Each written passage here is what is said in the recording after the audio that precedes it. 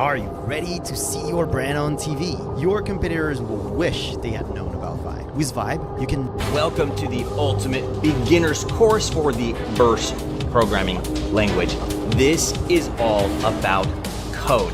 And if you've never written a line of code in your life, this is for you, because I'm not only teaching you the Verse programming language, I'm gonna teach you how to code, and you can take that knowledge with you anywhere, to any programming language. Maybe later down the line, you can get a job doing this, and all you need is a keyboard and a mouse.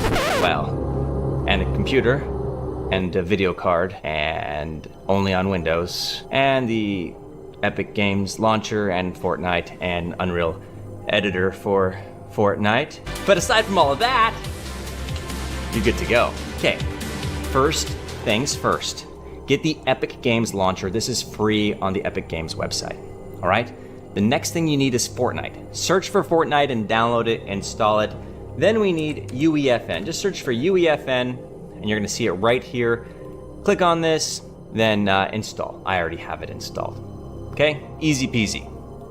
Next, you're gonna need Visual Studio Code. This is an IDE, or Integrated Development Environment. It's what we're actually gonna write our code in. That's code.visualstudio.com, and it's also free. Okay, once those are installed, load up the Unreal Editor for FORTNITE.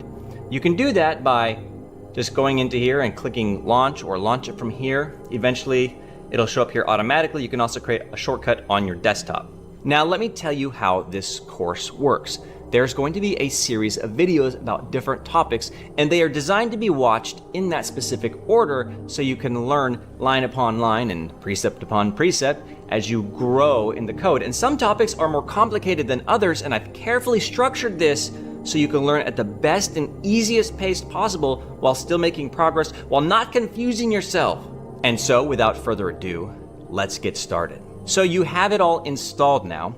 When you launch the Unreal Editor for FORTNITE, you're gonna see a new project screen. And we're gonna keep it super simple because we're only focused on code.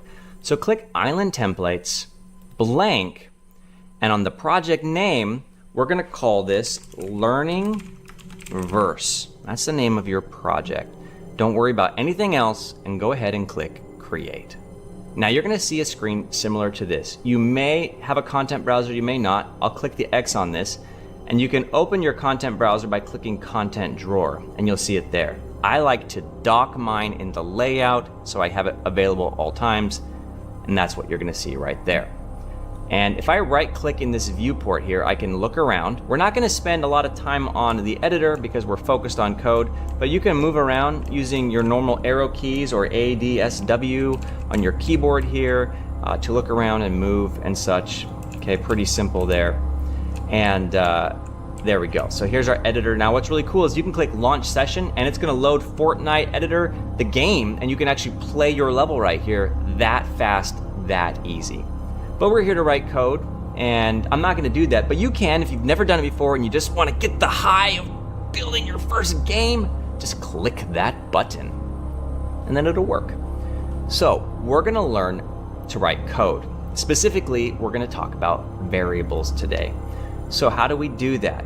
We are going to go to Verse Explorer, okay? It'll pop open on your window here, or if your layout is docked, you can drag it as a tab like I did here. We are going to create a new script. So I'm gonna right click and say Add New Verse File to Project. And we're gonna call this one lesson_01 and click Create. Don't click Create Empty. If you did click Create Empty, don't worry about it, just delete that file and create a new one.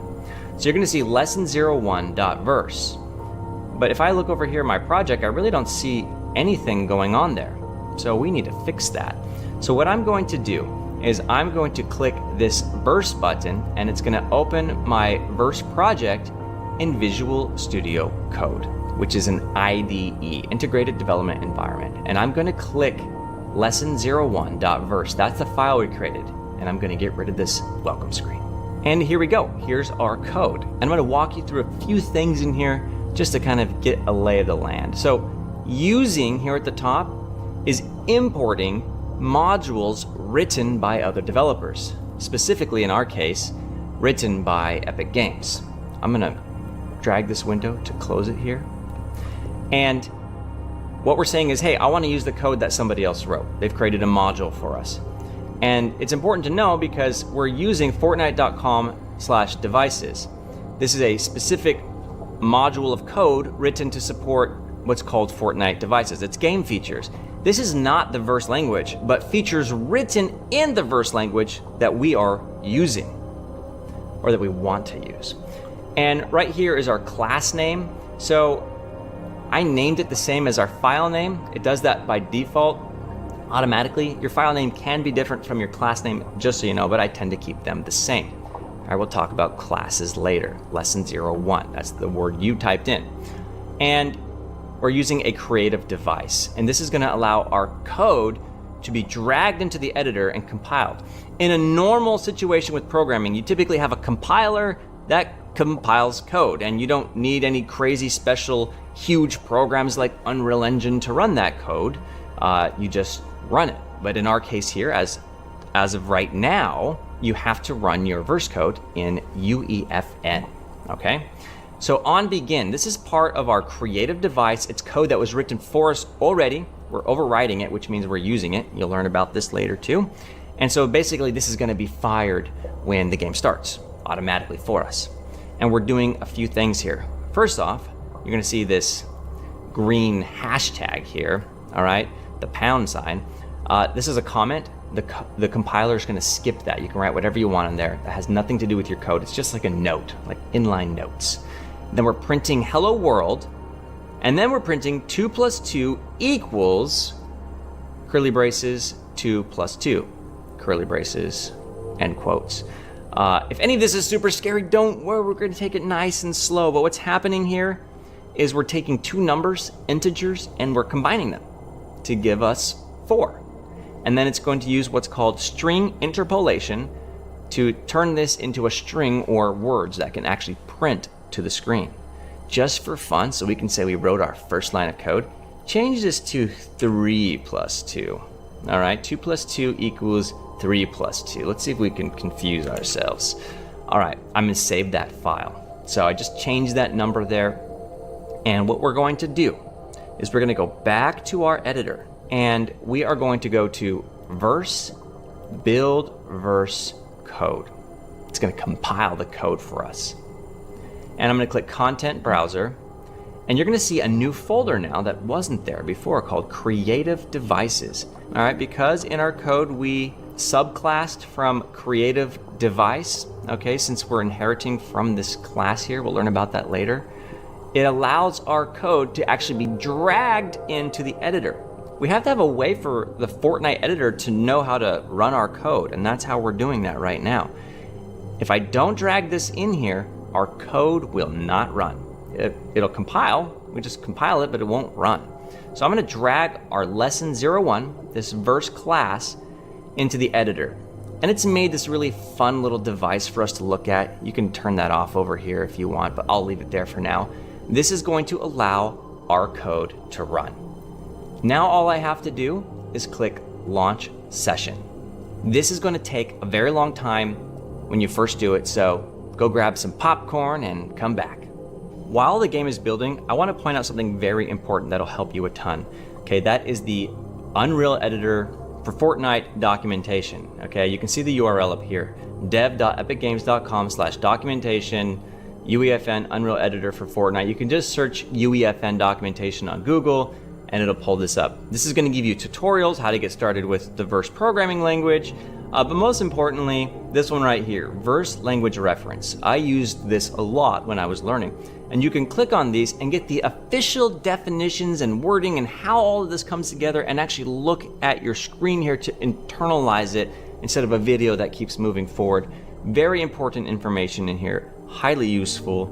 Bookmark this website. Okay, our game is here, but it's not running. So what we do is we press escape on the keyboard to start the game. If you can see on my screen, you can also click start game on the screen here and it'll do that, but I like to keep mine open. Now, if your screen is full screen, I would change it here in your Fortnite settings, change it to windowed mode, okay? So you can switch back and forth really easily. You don't have to do that though, you can keep it full screen if you like.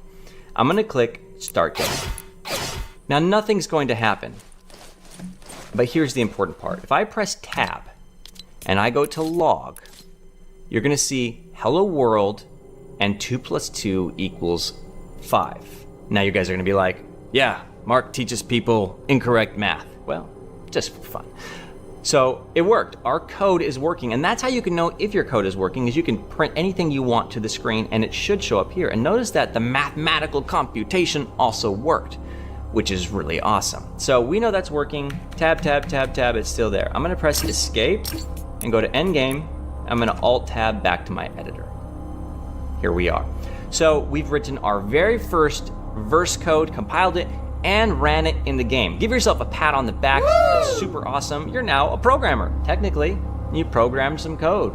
Go tell your mom, hey mom, I wrote some code. Oh, you're a hacker? That's right, mom. I hacked Fortnite with incorrect numbers. Okay, so let's go back to our code here and let's do some more. So this is all about learning variables, and you need to understand that it's a building block of any programming language, including verse. And so I want you to picture an RPG game. In fact, all of our lessons are going to be based around games because that's what we're building here. And I want to create an RPG character, okay? So I'm just gonna press enter here, and I'm gonna be tabbing a lot, okay? Tabs are very important in verse. You're not gonna see a lot of curly braces like you do in other programming languages. I'm gonna say var player name colon string equals enter name here. Let's talk about a variable. So a variable is like a bucket that holds something. I want you to picture a garage, and you've got a big, huge tool chest, okay? And in it, it says Mark's Tools or Jennifer's Tools. That's the name you put on your box, so you know what's in it. Tools, right? Because we could have put something else in there. We could have put bottles of bubbles or bars of soap, right? But we put tools in ours, right? So what we're saying is give our toolbox a name, our bucket a name, and what's inside of it? Well, it's defined right here. In this case, a string for our player name. A string is like a word. It's a string of characters, letters, okay?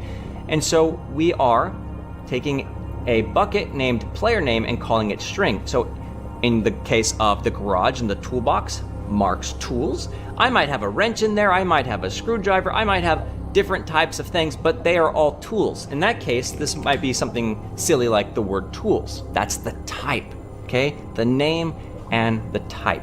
You only ever store in your bucket, your variable, something of that type. How terrible would it be if you had this super manly toolbox with wrenches and drills and all this stuff, and your dang kids, they take their stinking My Little Pony toys and Play-Doh and they shove it into your toolbox? Right? It's not right. You can't do that. So, you can't do that. All right? You have to have the type, and then the things that you put into the bucket or the variable is of that type. So in our case here, string. We can only put string in here, we can't put numbers. So if I'm to put the number 1 here, it's gonna give me red squigglies. You can't do that. And it's very nice and lets us know that there's a problem. So that's cool. I'm gonna Control Z to undo that. So remember, we're thinking in terms of a video game. Like, I've got a character and I want to give it a name. Remember, we use programming to solve problems. We're not just writing code for the sake of learning code. I know people who learn to code and they're doing it, and I'm like, why are you doing it? And they're like, I don't know, I just am doing it. But if you come in tackling a problem, you're gonna learn it way faster and it's gonna be more meaningful to you. So RPG player name. What else should a RPG character have? What about health? Var total health colon int equals 100. Okay, int is an integer. And again, if I change this to a string, it's gonna yell at me because I can't put a number in there. Notice how I undid that. I notice how that the string is inside of quotes here. Okay, the string is inside of quotes. That's what specifies it as a string. But here, there's no quotes around the 100. Now, there's one more thing you need to note.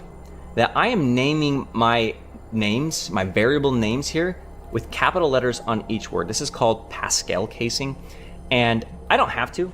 I could do all kinds of weird things, different things, and it's different in different programming languages. In verse, your variable names should look like this, okay? Pascal casing. And the type names are all lowercase. In some languages, it's different. In some languages, the type has a capital first letter and your variable name has a lowercase letters. Verse is like this. So start doing that now, okay? And the colon separates the variable from the type. That's just part of the syntax. You just have to memorize that. It'll take some time. Trust me, it'll take time. If you don't get any of this and it's hard and you can't remember, it's fine. It takes time. It takes people months or years to figure this stuff out sometimes, all right? So we've got player name and we've got total health. That's great. So we've got some variables that are storing data for our player, okay? Remember, buckets. Let's do another one, var attack damage. We need to know how strong our player is. I'm gonna say 100 on the attack damage as well. Press enter a few times. And notice I'm putting these up here towards the top of the file. I'm not putting them in the onBegin method or function, okay? We'll learn about those later. I'm just keeping it here at the top of the file. We're declaring variables and we're also initializing them. I'm not actually just doing that where I don't put a value into it. In verse, you always need to initialize your variables with data, okay? You can't just leave them hanging like that. And that's one of the benefits of the verse programming language.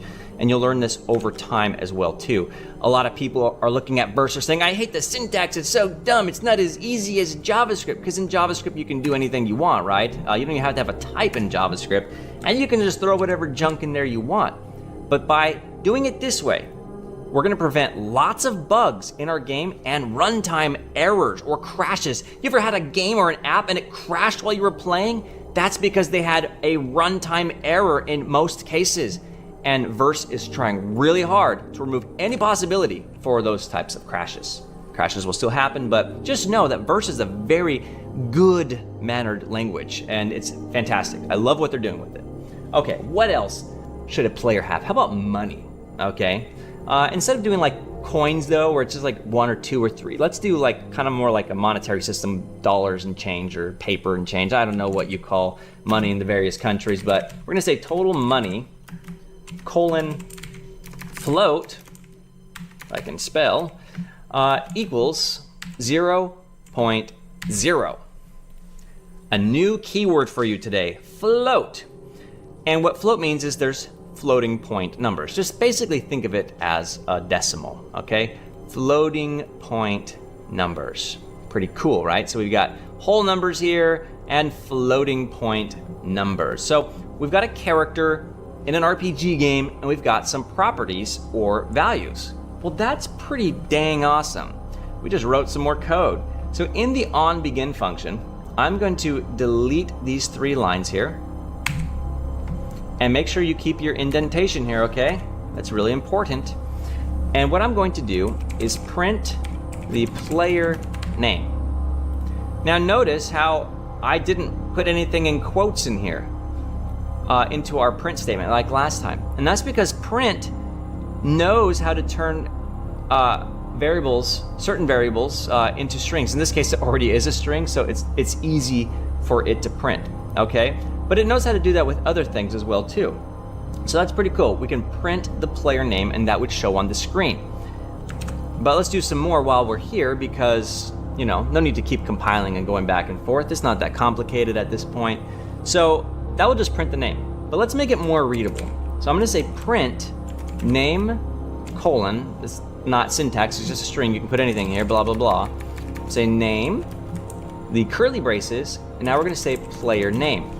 This is string interpolation, and you saw this before with the numbers, the 2 plus 3 or 3 plus 2,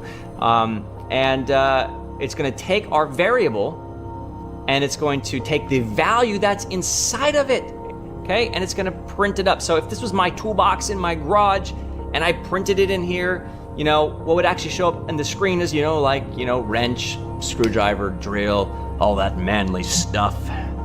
That's what it would print to the screen, whatever's in your bucket, okay? What about numbers? Well, say print total health. What do you think we should do? You want to try and do it yourself first? If you did this, total health, you're right, curly braces inside of the strings. Now, if you get rid of that quote, you're gonna have a syntax error, so make sure you put that quote back on there. So we're gonna print the total health, and we'll print our attack damage. And the reason why I'm writing these words in here is just so it's more readable on the print screen. Okay, attack damage. All right, we're gonna say print total money. And we'll put that variable in there as well too, total money. And that's pretty cool. Let's go ahead and go back to our game, our editor. And whatever you do, do not click push changes. Do not click that. You're like, no, I clicked it already. When you push changes, it's gonna push all your changes, including the editor changes, and it takes forever, like minutes, okay? It can take minutes. Instead, go to verse, build verse code, or Control-Shift-B. If we only make code changes, we only wanna compile the code. Click that, and now you're gonna see a new button here that says push verse changes. This takes seconds. So back to the Fortnite game, all right? Now I'm going to escape, start game, and press tab. Okay, enter name here. So that's what's in our name right now. So that printed, name, enter name here. Total health 100, attack damage 100, total money 0. We broke, man. So we need to like get us some cash. So let's do that now. I'm gonna press escape, Alt tab back over to our editor and then over to our Visual Studio Code. So I don't like how this says enter name here. This might be what you see at the starting of an RPG game, but let's pretend that the player actually entered in their name. How do we change a variable? We could maybe just say player name equals, John, but it doesn't like that because in verse, we need to specify whenever we are going to change or mutate data, okay? So what I'm going to do is I'm going to use the set keyword, player name equals, and the player just typed in their name, and we're gonna say Glubnar the Destroyer. Maybe he's an ogre. Glubnar the Destroyer. Excellent. Okay, so then what we can do is give ourselves some cash money. So I'm gonna say total money equals, oh no, guess what? We didn't put our set keyword. Gotta do that. So set total money to equal, say 45.6. In our world, we've got crystals and, chips of crystals, which is our change, 45.6 total money. Now what we're going to do is print total money again, like so. And we'll go ahead and right before that, we'll print the name now as well too. Print name, player name, like so. Save it, back to the editor, verse, build verse code, push verse changes. Escape, start game, and tab. You can also see it here on the top left, but it only stays there for a few seconds usually, tab. So enter name here, 100, 100, total money 0, but then we change the name to Glubnar the Destroyer, and the very last one, total money is 45.6. So our code worked. We successfully, just escape, we successfully modified our code using set, and we printed some strings and some numbers. We talked about integers, which are these nice, fancy looking, clean whole numbers here, and then we saw this floating point numbers, which is our decimals, okay? We changed some things around here in the onBegin function. You can play around with this and change any of these and it will work. And maybe you're thinking now, maybe there's a way in the game I could, put like something where I collect coins or collect money, and that's right. This is what you do. If we actually were building a real Fortnite game and we needed to collect coins or money or power-ups, we could literally have a variable called total money, and every time you pick it up and it detects it, you just add that onto your total amount. Okay, you could spend it as well too, which we'll cover later. So this is really, really cool stuff. And so what I want you to do, okay, I want you to build your very own exercise, okay? And it's time for you to make your own. So the exercise is create 5 more variables for an RPG character and print them to the screen. If you'd like to show your solution, you can do that in my Discord channel, or you can just do it on your own and pat yourself on the back. This one's not that hard, but go ahead and create 5 more variables and then print them to the screen. So that's it for now. Welcome to the world of Verse. There was so much more to come. If you didn't know, my name is Mark Wahlbeck, and you can watch the next video in this series right here. And don't forget to subscribe and click the bell so you can know when the next videos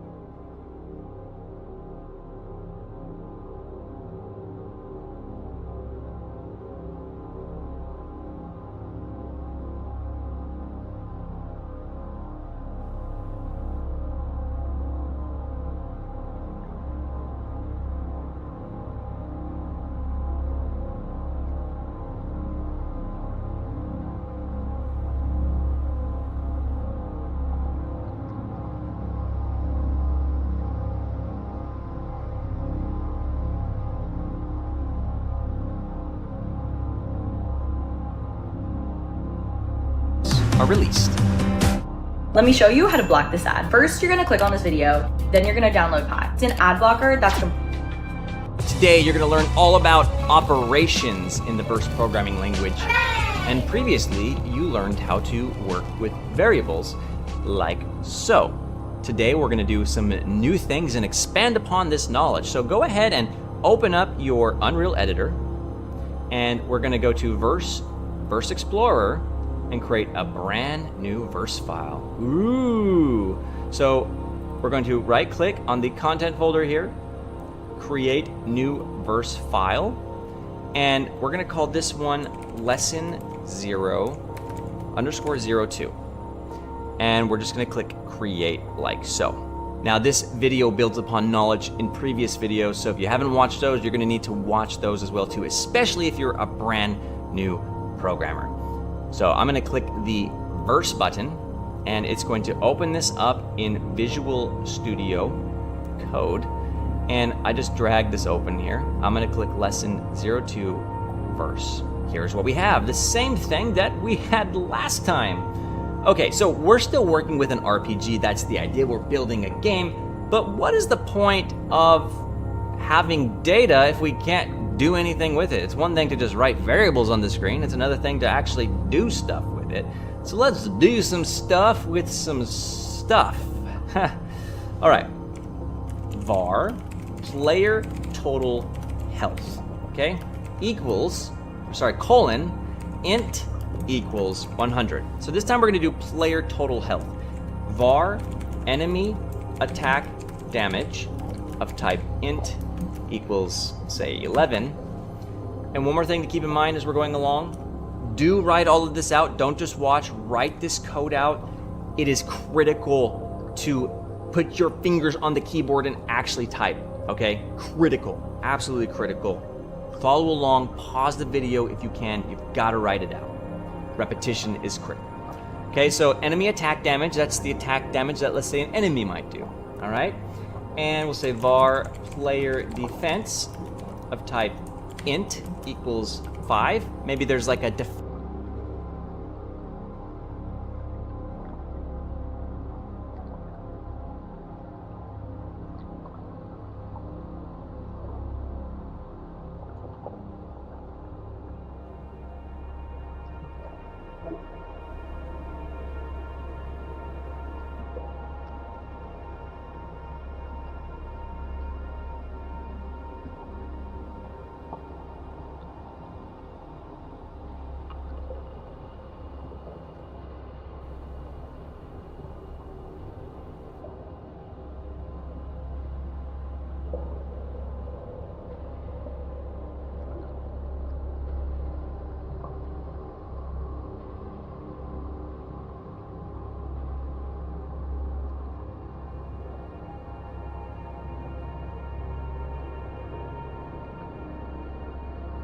defense modifier before you get hit.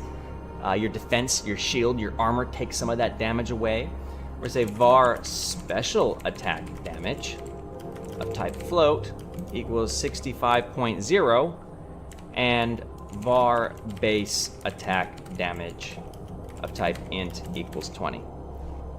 Now we're just building out a character. This could have been anything. This is what I thought would be kind of cool. You know, you can think about your own properties that you might put on a character in an RPG game, or really any video game for that matter. But these are some ideas that I had and thought about that I was like, well, what can I do with these things in the game? So we've got our onBegin here, which we know is going to print our code to the screen with these print statements, but we want to play around and have some fun. Okay, so first things first is, what happens if a player gets attacked? Okay, that means the player's going to lose some life. What kind of mathematical operation would we use if someone is losing their hit points, losing part of their life? If you said subtraction, then you were correct. So what we're going to do is we're going to say set player total health. And how do we get this to reduce based on the attack damage? Well, what we can do is use basic arithmetic, just normal math stuff that I think comes in around 7th or 8th grade, some basic like pre-algebra. And I say basic, don't get offended if I say basic. I didn't learn a lot of stuff either, and I stink with math. So when I say basic math, just know I'm meaning like elementary type math, 7th, 8th grade. You can learn it still. Even if you're really old like me, you can still learn it, okay? I don't even know how to multiply and divide fractions, okay? So I'm in the same boat with you. I'm gonna say player total health. So I did the equal sign, player total health. So wait, make it equal to itself? No. Take the current health and minus, okay? We're gonna say enemy attack damage, okay? Set player total health equals total health minus enemy attack damage. So if total health is 100, it's going to take 100 minus enemy attack damage 11. I'm going to change this to a 0 just so I don't like do bad math in my head and say wrong numbers and you guys are like, hey, what an idiot, dude. It was, like supposed to be like 91 or 43. So enemy attack damage, what would I expect player total health to be?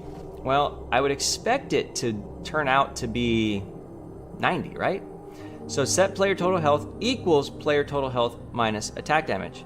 Well, why didn't I just, say, minus attack damage by itself? Well, we have to put the health in front of it again. You see this right here? We can't just say set this equals or minus this. We have to have an equal sign here, okay? We can't just do stuff like that, okay?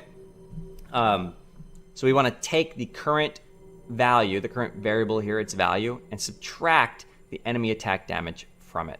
So what I want to do is to test this out, I'm going to say print, and we'll go ahead and say player health. Use the curly braces for string interpolation. Player total health, like so. Put my quotes in there. I'm going to copy this, Control C, and then after we set this, I'm going to print it. And one more thing just for fun, we'll say print enemy attacked player for those curly braces. And one thing we haven't done yet probably is put words on the other side. So enemy attack player for something damage. And in the curly braces, we are going to say enemy attack damage. So we're going to take that value and print it to the screen and then print some more words after that. Let's save it, Control S. And I'm going to go back to the editor. We're going to go to verse, build verse code. And now what I need to do is actually delete this device that's currently here. This is our script from the first lesson, but we don't need that anymore. So over here on the right hand side in the outliner, I'm going to find my script here. You can also search for it up here, and I'm going to just delete it. Then what I'm going to do is go back to my content browser. And again, if you've forgotten how to get into this, okay, you can click the content drawer down here. And I'm going to grab my new lesson 2. After we compiled our code, it gave us a new device. One thing to point out is that only works because we are inheriting from creative device. If we did not have this in here, you would not be able to drag that object into your world. So lesson 2. I'm just going to drag that little weird computer thing in there, okay? And what we're going to do is, because we changed the editor here, we need to push the regular changes, not just the first changes. We are up to date. Escape. Start game. If I press tab, player health was 100. Enemy attacked player for 10 damage. Player health is now 90. Excellent. Escape, escape, end game, alt tab. Cool, here's our code. We literally just wrote code. So if you actually had an enemy in the game, like a 3D model, and it goes cha, and then it hits the bounding box of the player, you could actually write code to subtract damage, just like you did right here. Like, you would literally write code just like that. I would write code just like that to modify the game. So, pretty cool, right? Even though this is basic stuff, like that's a line of code you would actually use in a production game, which is pretty awesome. So we've printed the player health. And we use subtraction, okay? We use the subtraction, the minus operator on here, okay? These are called operators, and they operate on things. It means they do things, so we're subtracting here. Pretty awesome. And maybe you're wondering now, what else can we do? Well, we can do a lot of things. We can do subtraction, division, multiplication. There's built-in math functions, you know, square root and all kinds of fun things. Pi, if you like pi. Like apple pie, cherry pie. No, the 3.14 pi, that's in there too. All right, pretty awesome. Now, I don't like how this is kind of working here because it's a little bit verbose. Why do we really have to put that on there again, like 2 times? That's kind of long. Let's make it a little bit simpler, okay? What we're going to do is we're going to say set player total health, okay, minus equals, ooh, now it's getting interesting, enemy attack damage. So this code here is doing the exact same as this code here. The only difference is they made it a little bit easier for us. It's saying, hey, take the player total health, the variable that we're working with, that we're about to set, take that, okay, and then subtract that from enemy damage, and then stick it back in there, okay? So we don't have to have that extra step. Same exact thing. If it's confusing, I understand, but it's doing the same thing, just grabbing the data without having to actually write the word again, okay? This minus equals operator here, okay? And you can do the same thing with addition if you wanted as well too, like so. Pretty cool. But we've got this interesting player defense variable up here, okay? Let's use that. So how can we use it in our operation? Think about it. How can I have the enemy attack the player? We're programmers, we're solving problems. How can I have the player or the enemy attack the player, but before we take the damage, before we first use the defense? We've got a defense of 5, so we first take that away from the damage. Okay, how do we do that? You want to try? Pause the video, try writing that code right here in this line of code, figure out how to first reduce the damage before you take away the player's health. Did you do it? No one ever really does, but if you did, good job. So, player total health, what we're going to do is we're going to do order of operations with parentheses. Enemy attack damage minus player defense parentheses. This is just like the 7th and 8th grade pre-algebra math, order of operations. What do they call that? FOIL? F-O-I. I don't know what it's called. PEMDAS? Parentheses? It's PEMDAS? PEMDAS? Parentheses exponents? I don't know. It's that one. I don't even know what FOIL is. Okay, so here we go. An enemy attack damage minus player defense. What's going to happen here is because we put this in parentheses, before it runs this operation here, it's going to do this one here. So what we're going to do is print the player health after after defense and attack. That's really long, I know. Okay, so we'll print that here after our order of operations, and let's see what happened. Verse, build verse code, push verse changes, escape, start game, tab. health was 100, we did 10 damage, but this time we applied the defense on the second attack, and now look, we're only brought down to 85, so our code worked. All right, I'm gonna end. You can also end the game here in the editor. Back to our code. Pretty cool. So we just did order of operations. It's very important. Okay, almost every single game that exists uses math like this, basic math, 7th, 8th grade math, pre-algebra. I'm just gonna call it pre-algebra. Every game is going to use that pre-algebraic math and these operators and order of operations every single game. Okay, this is core, important stuff you have to learn. Awesome. So we just did that. Now, what if the player finds a health potion on the ground? What can we do with that? Well, let's create one. Let's create a brand new health potion. I'm gonna say health potion.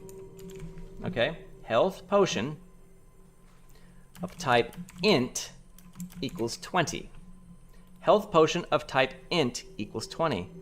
You're like, but wait, Mark, whoa, you didn't put the var keyword in front of it. Totally wrong. Well, this is what's called a constant.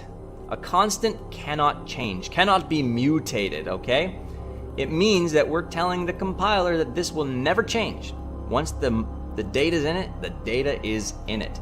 And you make a constant by simply omitting the var keyword. Just take it off, and it's a constant, and it can't be changed. So if I'm like, I'm gonna cheat the game and say set health potion, to equal 1,000, 10,000, what? You can't, it's a squiggly. It can't be assigned to, okay? Because it's a constant. So it makes sense to use a constant here because I picked it up off the ground and I can't change it. So let me tell you a rule. Pretty easy rule. If your data is going to change, make it a variable. If your data will never change, make it a constant, okay? Don't just do var because you're lazy. Do the correct type of variables or constants, okay? Use the proper keyword. In our case here, our health potion. Now, how do we give our players some health? They just picked it up off the ground. Want to write the code yourself? Give it a shot. I'll write it now. Set player total health. We could do plus set player total health plus health potion, or just use the plus equals operator here and say health potion. Okay? Take the current health and add the health potion. Why wouldn't we want to do this? Because that's actually going to subtract our life. It's going to bring it down to 20. It's going to say, hey, make our health equal to the health potion. No. That would be called a logic error, okay? So this is not a compile error. This is a logic error for your game. The logic that you wrote is wrong, okay? And those are okay to ship because your code's good in the compiler's mind, but in the player's mind, it's wrong, and you're gonna need a 1-star review for your terrible health potion, your sneaky health potion. That's like the green poison mushroom in Mario. All right, health potion, excellent. And of course, we can print that, and I would expect it to work. I'm not gonna print it, but you can if you want. We're gonna say health is now equal to player total health, and we'll print that there. And so in our case here, we've got down to 85, and so this would be 95 and 105. Hey, we're up. Not bad. We're doing pretty good. All right, health. Now what? Well, how about we use our special attack? Let's do some different types of operations here. How does that sound? Maybe some division, multiplication, who knows? We'll get a little bit crazy here, but let's go ahead and grab our special attack damage. In fact, let's think about this here. We're trying to solve a problem. So in our case, think of it like Diablo. They have this like paladin guy, and you click your special attack and it goes bam, bam, bam, and does like 3 hits or 5 hits. So in our case here, ours would just do 3 hits, okay? And so let's do that now. Let's say special attack, let's say 0-1. We're gonna do the very first attack, for example, of type float. Okay, we're gonna use a float here because we're gonna use division, and division can have remainders. And you can also do division with integers, but you can get errors or failures in that, and we're going to cover that later, okay? So we're going to say float equals special attack damage. I'm going to say divided by 3.0. I'm using the 3.0 because that's how you use a float. If I just said 3, that would be an integer, and since I'm working with floats, it expects me to work with a float. So our special attack damage, okay, is 65, all right? And what we're going to do here is we're just going to divide it into 3, just for example's sake here. That would be like the first hit, boom, boom, boom. So our special 3-hit attack can only ever deal as much as 65 damage, so we have to divide that into 3 attacks. Does that make sense? And so we'll just do the first attack here, and we're going to say print special attack 01, special attack 01, like so. So we've taken the attack damage and we've divided it by 3, okay? So if we did that on a calculator, if I say, let's just say 65 divided by 3, my calculator says 21.666667, okay? So let's save that here. We're using this slash here, okay, this / to represent division. I'm going to save it, go into my editor, build verse code, push verse changes, escape, start game. All right, special attack here at the bottom, 21.666667. All right, it worked. Our division worked, and it stored our entire division operation in this float here with its remainder behind it, which is actually really kind of cool. Other programming languages work differently sometimes. So back over here to our code. So yeah, our attack damage, we divided. So congratulations, we've done division now in our code, which is awesome. If you're doing the game, you might do 2 other attacks, attack 2, attack 3, and then you might actually attack the player with it. You know how to do that already because we've done this code up here. So feel free to pause the video and do 3 special attacks in a row to take the player's life. We're not gonna do that right now. Let's go ahead and do some multiplication. So imagine now that there is a power-up, okay? And you pick it up off the ground and it makes you super strong for like 5 seconds. Or maybe it adds some strength or attack damage onto your normal attack.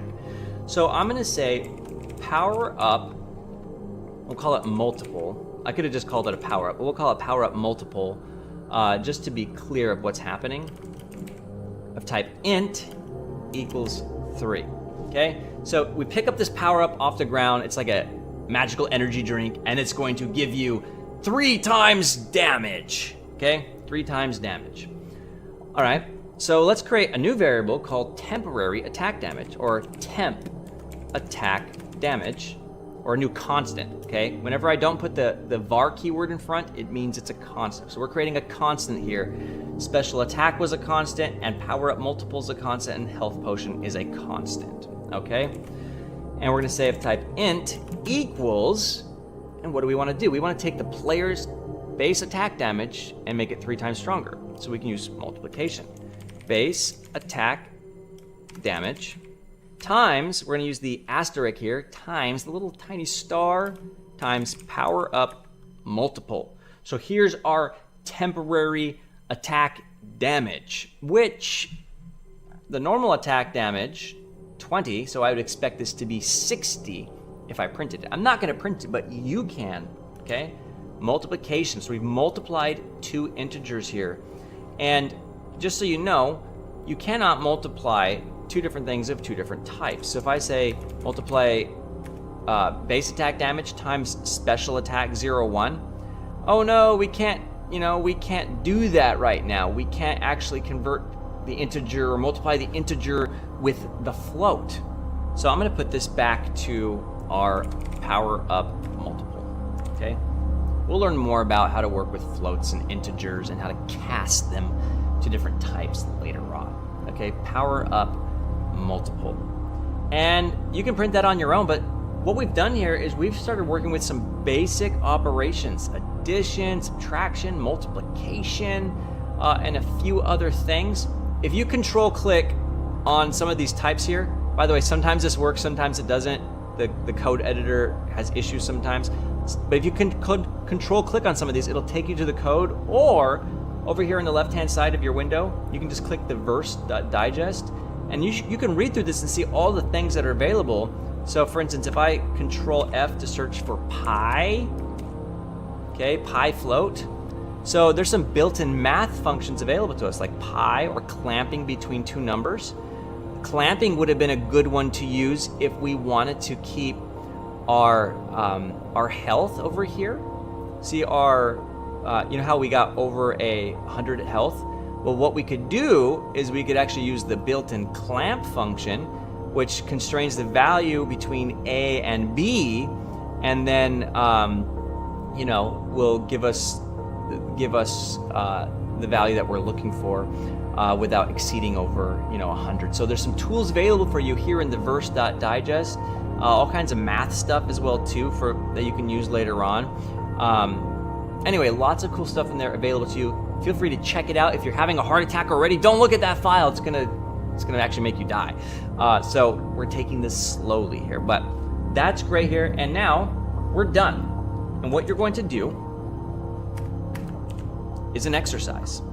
By the way, one more thing. For those people when I said they're done and they skipped off to the next video and didn't subscribe, now they're gonna miss this part. I'm gonna go to View on my editor here and go to Word Wrap. That will keep all of your words on the screen, so it's not cutting off here. So your exercise is number 1, create a variable for an enemy's HP. 2, create 3 special attack variables that reduce the enemy's HP. Create 1 special attack and that must use multiplication. Okay, and one special attack must use multiplication, 1 must use division, and 1 must use addition. So those 3 special attacks, you need to, however they work, you've got to use multiplication, division, and addition on those 3 different attacks. Whether you're dividing it in half, maybe it's a bad power-up special attack, or maybe it's more powerful. Whatever, you got to use those different operations on there. Compile it, get it to run, print it up, have fun with it, and you can print your solution here to the exercise in the Discord channel. Okay, so that's it for now. So much more to come after this. Stay tuned. If you didn't know, my name is Mark Wahlbeck, and you can watch the next video in this series right here. And don't forget to subscribe and click the bell so you can know when the next videos are released.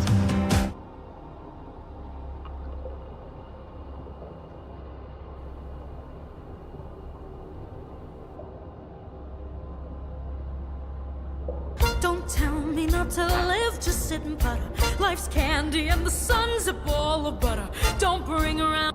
In this exciting video, you're gonna learn control flow in verse, how to make things think, do this or that or not, the building blocks of making video games, and of course, of programming. This lesson builds upon lesson 2, and that builds upon lesson 1, and so on and so forth. So watch those if you have not. But let's go ahead and get started with this. Open up your Unreal Editor, and in our project, or any project if you're starting from scratch, even though I told you to watch the other videos, what we're gonna do here is create a new verse file. So we can go to our Verse Explorer, Verse Explorer, and here in the content folder that I have, put yours wherever you want, I'm gonna right click, create new verse file, and this one is going to be called Lesson 03, and create. And while I'm here, I'm also gonna delete this lesson 2 object over here in the outliner. I'm gonna delete that because we don't want that code to run anymore. Now what I'm going to do is click verse, build verse code, and if I go to my content browser, I should now see lesson 3 verse class in my creative devices folder, and I'm gonna drag that on so our new lesson compiles, okay? And because this takes a long time, I'm just gonna click push changes, and then we'll just continue going forward. So push changes and save. Back to our code. So previously on 24, previously on our learning path, we worked with these operations. And now I'm gonna close out of that, and we're gonna go to lesson 3, which we're gonna talk about control flow, making things think and do stuff. We're still gonna work with our RPG type of game, okay? And so we're gonna say var player health of type int equals 100, and var enemy attack damage of type int equals 51. Those are some arbitrary values there in those variables. And I'm rewriting this every single time if you've been watching the other videos for repetition. It is so critical to have repetition and write the code over and over and over, otherwise you don't memorize it. I've been doing this for 15 years and teaching people for like 10 years. Trust me on this, I promise, I promise, I promise. Okay, let's get rid of this boilerplate nonsense. We're not baby coders anymore, we're like toddler coders. Taking our first steps now. So, okay, what do we want to do? You know, we want to attack a player, we want the player to die, but what happens if the player dies? How can we check for that? Like, how do we check whose turn it is to attack and things like that? So let's have some fun, all right? So let's do an enemy attack, all right? So we're gonna say set player health. I'm gonna close this left-hand side here. Say set player health minus equals enemy attack damage. You've seen this before. We're gonna take the current player's health and subtract the enemy damage from it and set it back into the variable, okay? We've done that before. Now, what if the player died? Like lost all their life? Like, how do we check for that? Well, we can say if player health is less than or equal to 0, I'm gonna put a colon here at the end. And by the way, I press escape whenever these dumb pop-ups come up here. Escape. And then I'm gonna say print player died. Sad face. Like so. Okay. New stuff, new syntax, oh no! Okay. We work with conditionals by specifying the if keyword, the control flow. Where is our program going to flow? If, and then we use parentheses, and we're gonna say player health is less than or equal to, okay? So this is the less than or equals to operator. The reason why we don't typically check for just health for the amount exactly is because what happens if the enemy attacked you, you know, for like 50 more than your life actually has? Well, then this would go false. So we want to say less than or equal to. If it's equal to 0 or less than, we don't want to just say less than, because then if it actually brought you down to 0, it wouldn't fire either. Okay, so less than or equal to in parentheses. At the end of those parentheses, we put a colon. Okay, a colon here that says, hey, the next area down is a block of code. Notice how it's indented, okay? The indentation is important in verse, okay? It's yelling at us, right? It doesn't like that. Indentation is important. I'm pressing tab, all right? Player died. So if the player health is less than or equal to 0, player died. So how much is the player's health? So currently, it started off at 100, and enemy attack damage is 51, so that dropped it down to what, like 49? Okay, so let's do another attack. How about that? Set player health minus equal enemy attack damage. You know, maybe what we'll do is, you know, if they get attacked again, we're gonna say, we'll say print player flinched, enemy attacks again, okay? So then we're gonna do it again, and then what we can do is we can grab this code, copy it, and paste it down here. So we attack once, okay? In fact, just to make this more like a game, print enemy attacks player, okay? Enemy attacks player, the attack is made, jaw, check the player's health, jaw, check the player's health. Let's see what happens, okay? Let's go ahead and go back to our Unreal Editor. Verse, build verse code, push verse changes. Escape and start game. All right, tab to look at our log here. If you're not on the log, you can just click the log. All right, enemy attacks player, player flinched, enemy attacks again, player died. Okay, so our code worked. It worked as expected. So let's review it again. And you have to memorize some of this stuff. It may sound confusing, but it just takes lots of time and repetition. Memorize this syntax, okay? If then. Just think of that. If then, right? Like, that's just how it works, you know? If I tell my wife how she should fix her problems, then I'm going to get in very big trouble. Else if I listen and nod and show appreciation, even though I totally don't understand anything that's going on in her head, then I get a hug and life is great. If it's worth showing off, it's worth protecting. Add tech coverage to your US. Okay, so that's how it works. Control flow. It's just like life. Everything in life has, you know, we make decisions. That's what we're doing. We're making decisions here, okay? So let's make this a little bit more interesting, right? Because we know, you know, how much damage the enemy has, and we're kind of forcing the player to die. Let's actually make this like a real game. What if we made it like Dungeons and Dragons, where we roll the dice and then we get random numbers? How cool would that be? Let's do that. So what I'm going to do is up here at the top, we're going to import a new module. We're going to say using verse.org/random. We're going to use some code for generating random numbers that Verse was kind enough to make for us. And the reason why we import saying using is so we don't include a bunch of code into our project that we're not using. Make, you know, our game smaller, make things run faster. We're just grabbing only the things that we need. We're being polite little citizens here in the world of programming. So let's go ahead and have some fun now. If you can see random tabs like this where my cursor is in the wrong spot, make sure you always go back to the right spot, okay? Don't start in the wrong spot, start. If you can see random programming, the reason why we import saying using is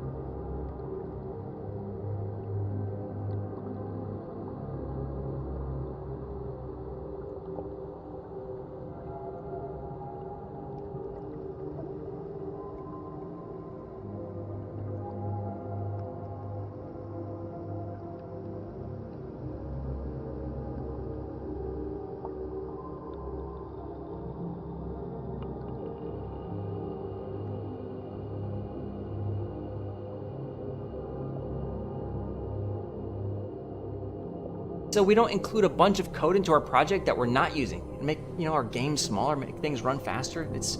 We're just grabbing only the things that we need. We're being polite little citizens here in the world of programming. So let's go ahead and have some fun now. If you can see random tabs like this where my cursor is in the wrong spot, make sure you always go back to the right spot, okay? Don't start in the wrong spot, start where you're supposed to go. Because, okay, if I type in here, all right, we are still inside of our if statement, okay? The scope here belongs to our if statement. However, if I go like this, all right, guess what? We are now outside of the if statement, and this code will run no matter what. Indentation is very important in Verse. All right, so go to the right spot. And I'm going to say var player dice result of type int equals get random int, and we're going to do parentheses between 1 and 20, like a 20-sided die. Now, get random int is a function. If I control click it, it's going to take me to verse.digest, and it's going to tell me what it does. Returns a random int between low and high, inclusive. Inclusive meaning it's going to include those numbers, okay? So the 1 and the 20. All right, if it was exclusive, it would mean that it's going to only get the numbers 2 through 19. So player dice result. Okay, let's do another one.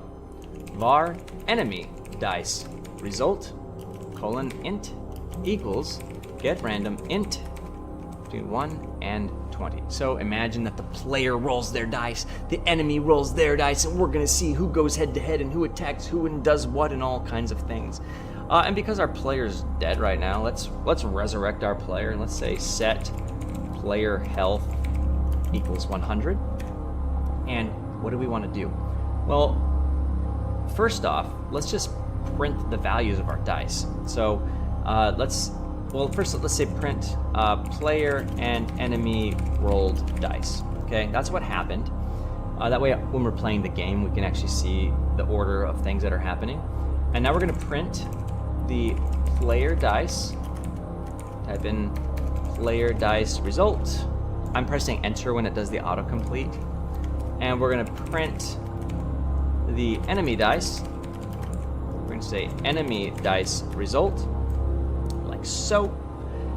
And let's print those on the screen and see what happens. So we've used this get random int. It's a function, or rather it's a, let's go into here and look at it again.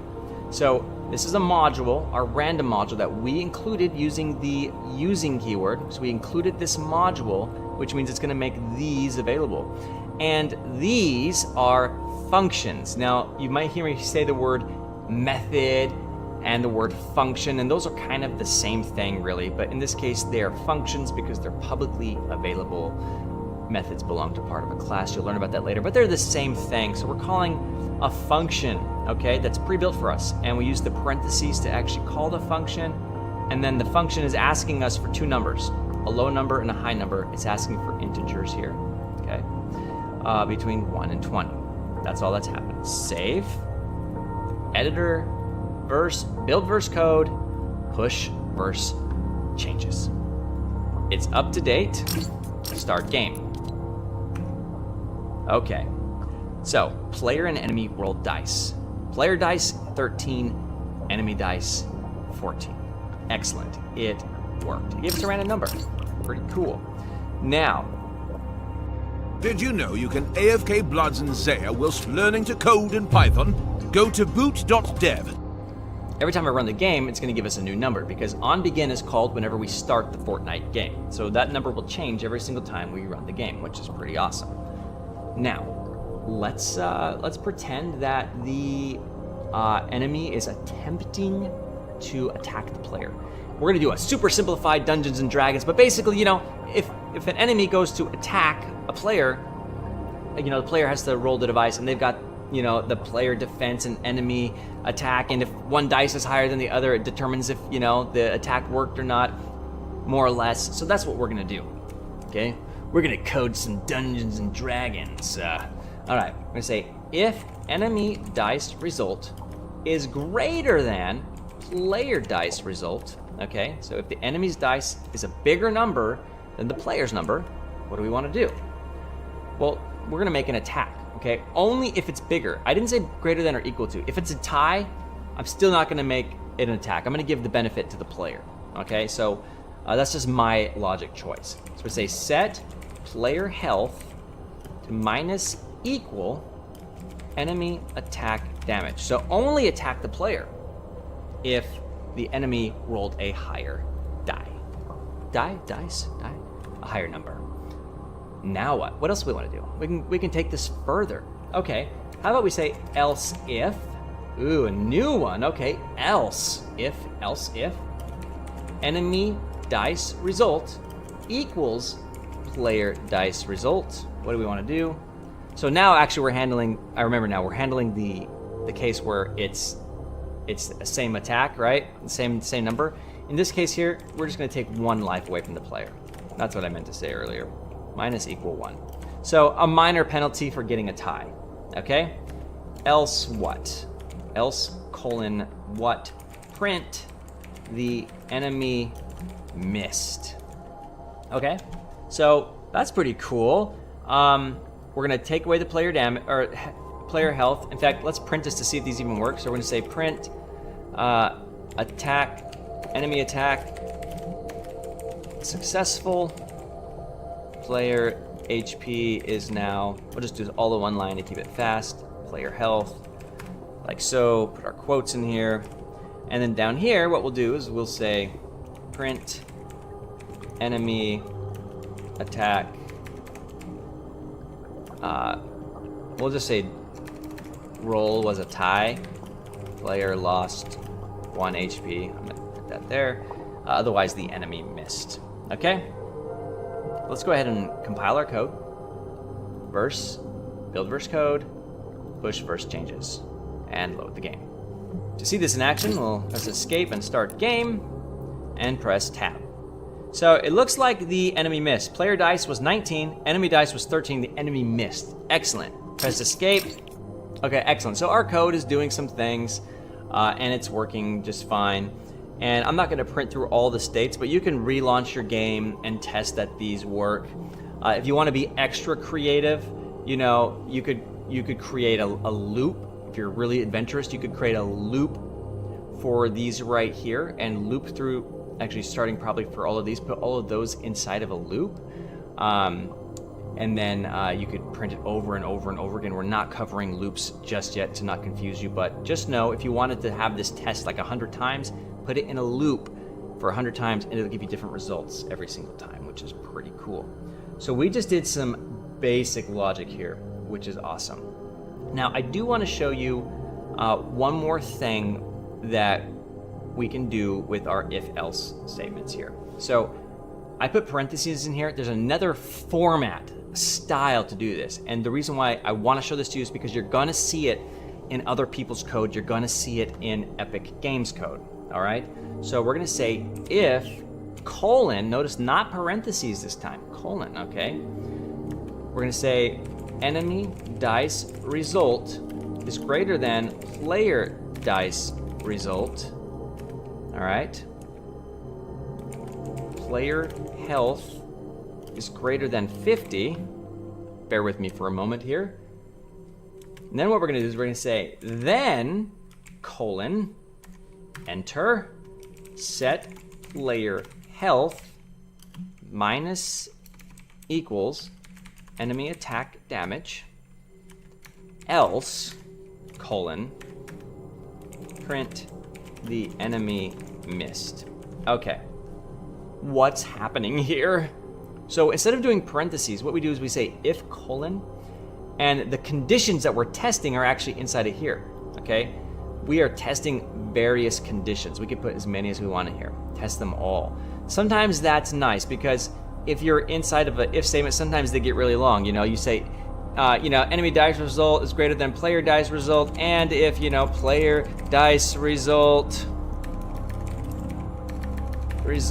is, greater, less than or equal to 10, and if enemy dice result, equals 5, and see how this is getting really, really, really long. Well, if that was our logic, instead of using all of the, using all of that crazy stuff, you can just kind of move those into here, just to make it more readable. Okay, so instead of, you just put all your conditions in that one spot. All right, I'm gonna get rid of those two though. Then do something. So in our case here, if enemy dice result is greater than player dice result, and if player health is greater than 50. So in this case here, we're saying only let enemy attack player if player has more than 50 health.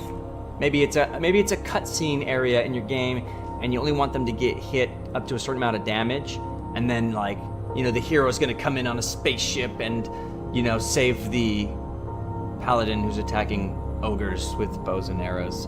Anyway, that's our logic. Then, okay, so if then, all right, that's what's happening here. So here's our then up here. If then. In our case here, it's if and then. Now, I like this format a lot because some of my ifs get pretty long as I'm working with UEFN, and so this becomes very nice in those cases. Else print the enemy missed, okay? So that's a different way of working with if statements. You can choose whatever one you like, and there's nothing wrong with doing this at all. Do whatever works for you and keep it simple. Don't stress out about things. One more thing I want to show you just for fun, because you're going to see this a lot as well too, is I'll copy this over there, and I'm going to, again, always make sure you go to the right indentation. I'm going to paste it here. So another if statement. What you'll see sometimes is if statements on the same line. Okay, so you'll take off the colon, like so, and we'll do curly braces, almost kind of like other programming languages, all right? And you'll see this on the same line often. And I do these as well too, and these are things that you'll especially use when you start learning about failure and failure contexts. You know, we can print enemy is attacking. You'll see this as well too. Enemy is attacking. All your base are belong to us. Okay, so if enemy dice result is greater than player dice result, notice we don't have the colon here on this one, and we use curly braces instead. That is another type of if statement that you will see in code. All right? Pretty cool. Now, that is it for now. I'm going to give you some work. Here is your exercise. Create a simple turn-based attack system where the player attacks the enemy and then the enemy attacks the player using random dice damage, like above. Use if, else, and then to determine who is being attacked and then print that. Be sure to handle when one or the other dies. So turn this into a real game with print statements. So enemy has life and attack damage, and each player, okay, they randomly attack each other back and forth using the dice until one of them dies. How cool would that be? And then you print that up here. And if you want to get really crazy and be adventurous, okay, say extra credit, use a loop so you don't have to copy and paste code. If you're not feeling adventurous, don't worry, we will get there. So that's it for now. Hope you're learning some great things here. Make some video games yourself, and there's more to come. If you didn't know, my name is Mark Wahlbeck, and you can watch the next video in this series right here. And don't forget to subscribe and click the bell so you can know when the next videos are released.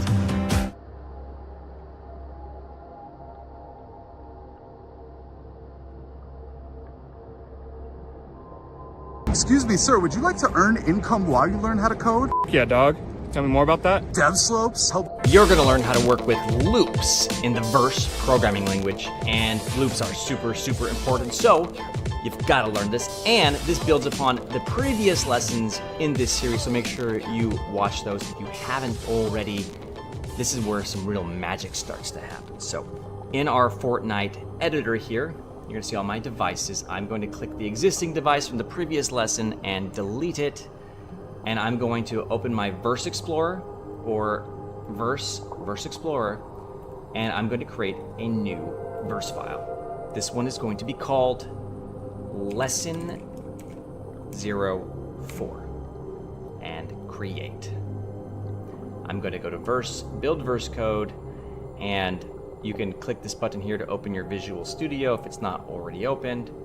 I'll drag my window open here, and now I can see my Lesson 4. And today, the loops are going to show us how to repeat actions over and over so we don't have to copy and paste code. If you remember from before in Lesson 3 and other places, we copy and paste code multiple times, right? Like, for instance, if player health is less than or equal to 0, if player health is less than or equal to 0, we're doing it multiple times. But that's not what we want to do. That's bad because I can mess up code. I can copy and paste the wrong thing. I can edit it. We want our code to be as small and reusable as possible. There's a principle in programming called the dry principle. It means don't repeat yourself. If you find yourself repeating a lot of the same code over and over, you're probably doing it wrong. However, as a beginner, don't worry about that principle too much. It's more important to learn the syntax. And when you can't solve a problem, and you know somewhere in there you could make it better, you feel like you could make this code better, but you don't know how, don't worry about it, don't try. Just live with that code and you'll learn over time. So yes, don't repeat yourself, but don't worry about it too much just yet, but the loops will help a little bit. So we repeated ourselves here in Lesson 3 quite a bit. So how can we write loops? Well, we can do it a few different ways, and this video is simple loops. There's complicated loops and there's simple loops, and I'm going to give you the simple version first. And so we specify a loop using the loop keyword, like so. Loop and then the word colon. And then what we do is we print or do some stuff like so. And then it's like, why is it yelling at us? To prevent infinite immediate iteration, loop must have one or more sub-expressions that are either async or jump out, such as break or return. This is an infinite loop. A loop will run as many times as it goes until we tell it to stop. And in some programs, that will cause your program to freeze. Luckily, with the way Verse works with Unreal Engine, you know, these are like separate game objects and they all kind of have their own loops, so it's not a terribly big idea, but it is in terms of performance in your game. You don't want mistakes, you don't want wasted resources, and of course we don't want crashes either. So we have to have a way to break out of a loop. So if I type in the word break like so, it's gonna run this loop one time and then it's going to break out of the loop. Okay, so you're like, well, that doesn't make sense, Mark. Then how do we decide how many times a loop needs to go? Well, that's a great question. Well, let's go back to lesson 3 and notice how we were doing some fun things here, like if player health is less than or equal to this and that and etc. You know, it's kind of getting interesting here because we're attacking the player and such. And then we've got these enemy dice, which I thought was really cool, where basically it generates random numbers and, you know, one player can attack the other, etc., etc., etc. So how can we redo all of this code here, but using a loop? Well, let's build that right now. We'll say var, we'll just say player health equals 100 of type int. See, even I make mistakes all the time. 100. I try not to edit out too many of the mistakes so you can see what goes on. You know, it's not all rainbows and butterflies and cupcakes.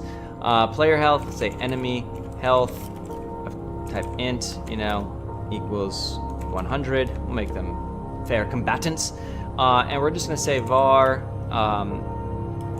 attack damage. I'm gonna do one attack damage that's the same for both, just so to make this easier and simpler. We could have made their own attack damage for each of them, but you know, whatever. Let's not do that. So player health, enemy health, attack damage. Now, remember we used a random generator before, so I'm gonna grab that using import, paste it over here. If you don't have the code file from the last lesson in front of you, that's fine. Just type in using verse.org/random. And what we're gonna do is use the get random ints. In fact, I'll copy these two, like so. Okay, so we've got these, paste here. Notice how when I'm out of the loop, it's not doing it correctly because those indentations are important. So player dice result, enemy dice result. What we want to do is let them keep attacking each other until one or the other dies, really. So what we'll do is we'll say if statements, right? We're going to say if player health is less than or equal to 0, what do we want to do? Well, we'll do the colon here, and then we're going to say print player died. Okay, player died. And then what do we want to do? We want to break. We want to break out of the loop. We don't want to loop anymore if one of them's died, right? So now I can actually get rid of this break here for now. So if player health is less than or equal to 0, player died, break. Else if enemy health is less than or equal to 0, we're gonna say print enemy died.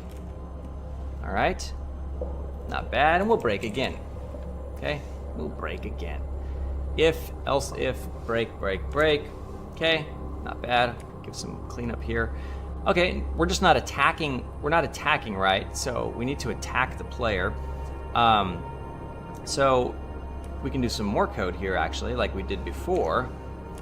Remember how over here we compared the dice to even see if they could attack? Like if enemy dice result is greater than this. So we can actually go ahead and do that same exact thing here. I can copy this code.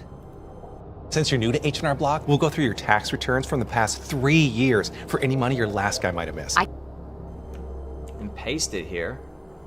And we can say if enemy dice result is greater than player dice result, so that means the enemy gets to attack first, okay? So we're gonna say player health minus equals enemy attack damage. Okay, I like that. Enemy attack successful. Okay, So I'm just going to get rid of the extra stuff. We'll just say enemy attack successful. Else if enemy dice result is the same as player dice result, set player health. Okay, roll is a tie, player lost 1 HP. And lastly, it says print the enemy missed. But in this case here, what I want to do is, if it's the opposite of this, so if the enemy dice result is less than the player dice result, basically the opposite, then we want the player to attack. And I could probably just do that here in the else statement, because we already handled the greater than for the enemy dice result. So if they attack, that's great. If it was a tie, do this. Otherwise, I think the player should attack. So in this case here, we're going to set enemy health to minus equal attack damage. And this code actually won't compile. And you're going to see a little error on the right-hand side. You can barely see that little red error, but it won't compile because I copied over code, which is a common thing to do, and it's also common to have compiler error. So I'm going to show you what a compiler error looks like in Unreal. If I go to build verse code, you're going to see a new pop-up on your window, all right? And it's telling me what's going on. Script error. I expected a block, but got end of line following the if. Like, wait, what's going on? And I can click it. And sometimes it can be really smart and load up what it needs to load up. And sure enough, look at this. We have a problem with our code here. There's no colon at the end of the else if. So that's awesome. I can save that. Fix that. But now look. Enemy attack damage. Unknown identifier, enemy attack damage. But you know what's interesting? That error was there before, but it didn't give me a squiggly before. And that's because with verse, and because it's still new, sometimes it struggles to give you errors if you already have errors, or rather give you the rest of the errors. So back here, remember, I had to add the colon, and it doesn't tell me about that error, not until I put this on here, the colon. And then if I was to run the code again or compile it, then it would give me an error for this line. And it doesn't know what this is because I copied a variable over that doesn't exist. So what we're doing right now is called debugging, okay? You're learning about debugging. And so we're debugging our code. And it says that it can't unknown identifier. Well, if I Control C, Control F to find, and Control V to paste, this is not anywhere else in my file. And that's because I changed the attack damage in this file to attack damage. So I'm just going to take off the word enemy, and now our compiler error is gone, and save it. So we want to attack the player, enemy dice result, player dice result, excellent. If it's the same, the player's going to lose out on that one, sorry buddy. Otherwise, the enemy's going to be attacked, and so we're going to say print player attack successful, okay? Like so. Then we're gonna go through this if statement and actually do some more things. So let's recap. Loop is gonna run a bunch of times, as fast as the device or the game engine will allow, okay? And every time it's gonna roll the dice, every single time, anything that's in the loop, over and over and over again, okay? This code's like destroyed and run every single time. So there we go. We got new dice rolls every time. And just for fun, let's print those. Say print player dice.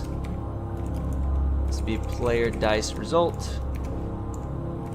And we're going to print the enemy dice, like so. And this will be enemy dice result. Autocomplete only works half the time. Get used to that too, for right now. Enemy dice result. We're just going to print those up, and we should see those change every time because this is going to be called every time in the loop and give us a new random number. So let's try the attack for the enemy. Let's try the attack for a tie. Let's then do the player attack if those two failed. So if the player's dice was bigger. And what I also want to do is count our loop iterations. So I'm going to make a new variable above the loop right here. So var, we're just going to call this iteration, and I'm going to call this of type int, let's say equals 0, and then we're just going to say iteration. All right, plus equals 1, like so. Set iteration plus equals 1. Again, take the current iteration and add 1 on top of it. Okay, so that way we can just know what's happening here, and then we can print that as well. We can say print loop iteration. Let's call this iteration. Okay. If I put this variable inside of the loop, it's going to reset every time. It has to be outside of the loop. Okay, so we're going to update it every time we go through the loop, just so we can see that it's actually working. Okay. Then, after the attacks happen, let's actually check some more logic. If the player health is less than or equal to 0, the player died, break. Else if enemy health is less than or equal to 0, print enemy died, break. So these breaks are going to break the loop. So if I have more code outside of the loop, so I follow this little line all the way down, I'm going to put right here, print the game has ended. Okay? If I tab this in, it's now in the loop. It's going to get printed every time. So we want to keep it on the outside. Remember, the scope is super important, where things go. If things that go in the loop would be on this line here, okay? Out here.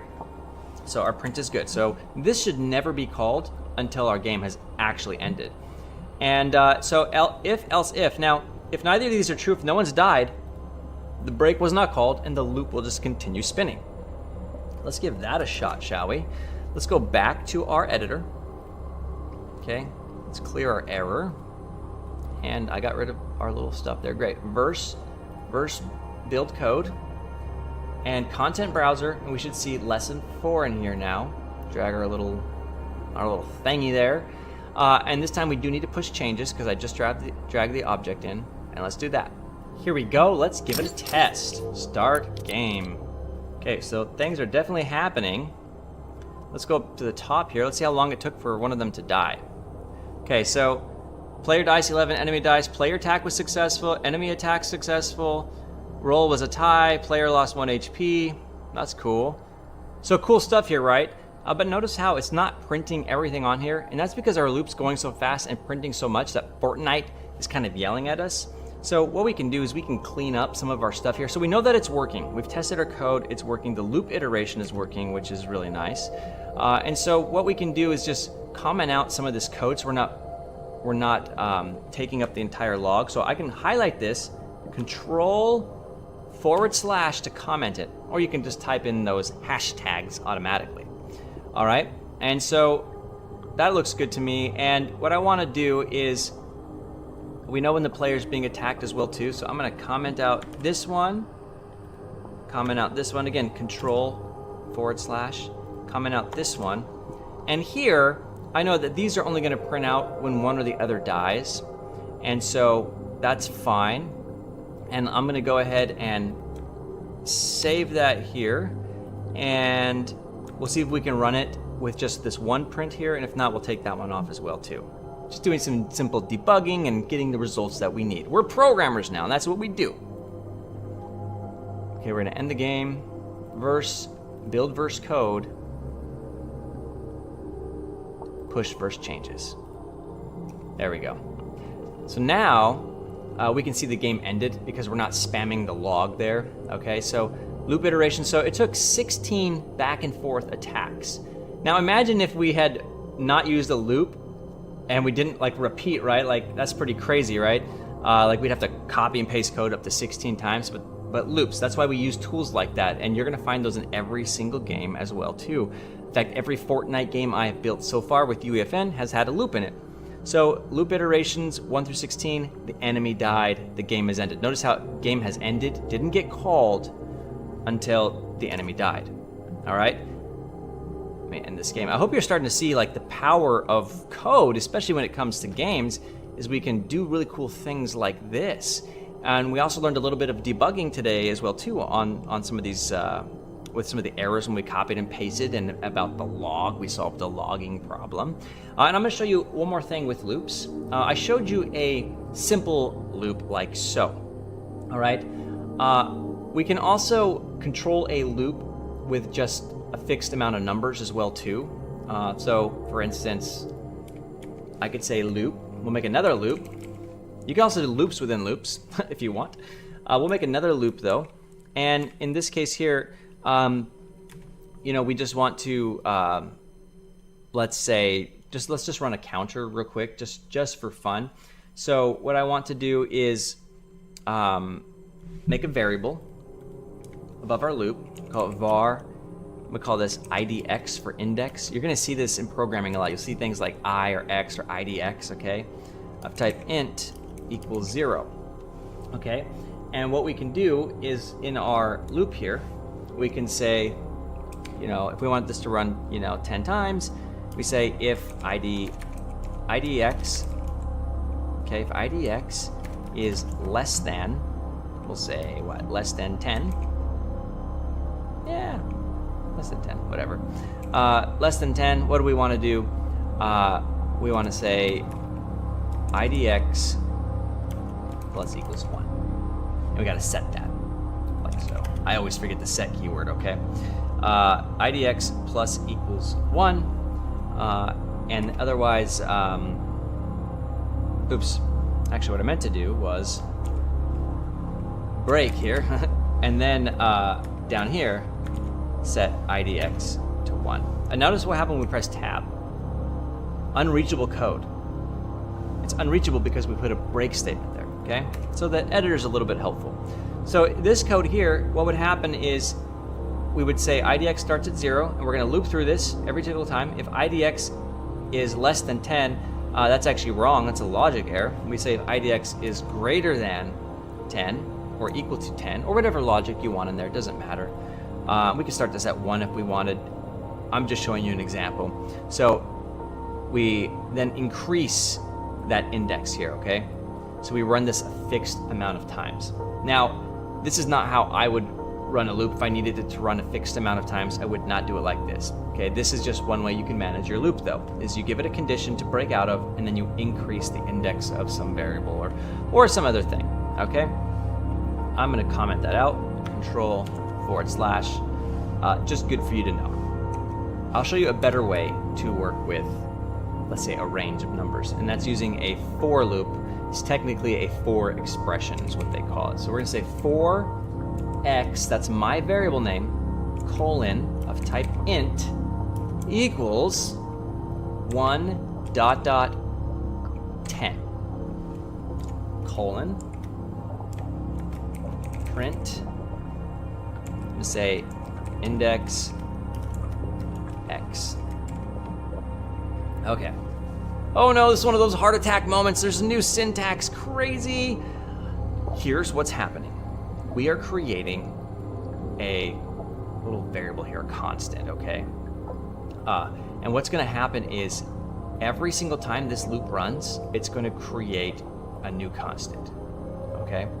So even though you don't see it here, this loop's gonna run over and over and over and over again for this entire index here, okay? And every time it does that, it's gonna put this value, the current index that the loop is on. Remember how we tracked the index?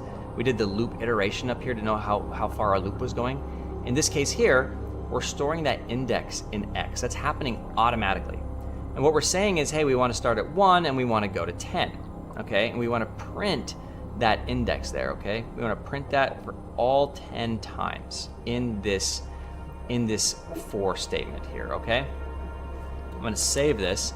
And what I want to do is, for right now, on this first loop, okay, I'm just going to break it at the top, just so we can not have to run the entire loop and I don't have to comment everything out. I'm going to break it at the top, so we just go straight here to this bottom one. I just want to show you this for loop or for expression. Go to Unreal, verse, build verse code, and push verse changes. I'm going to show you one error handling issue that you may run into when building with Unreal. So this session here, even though I pushed verse changes, has been running for about 5 minutes. Don't ever let it go that long.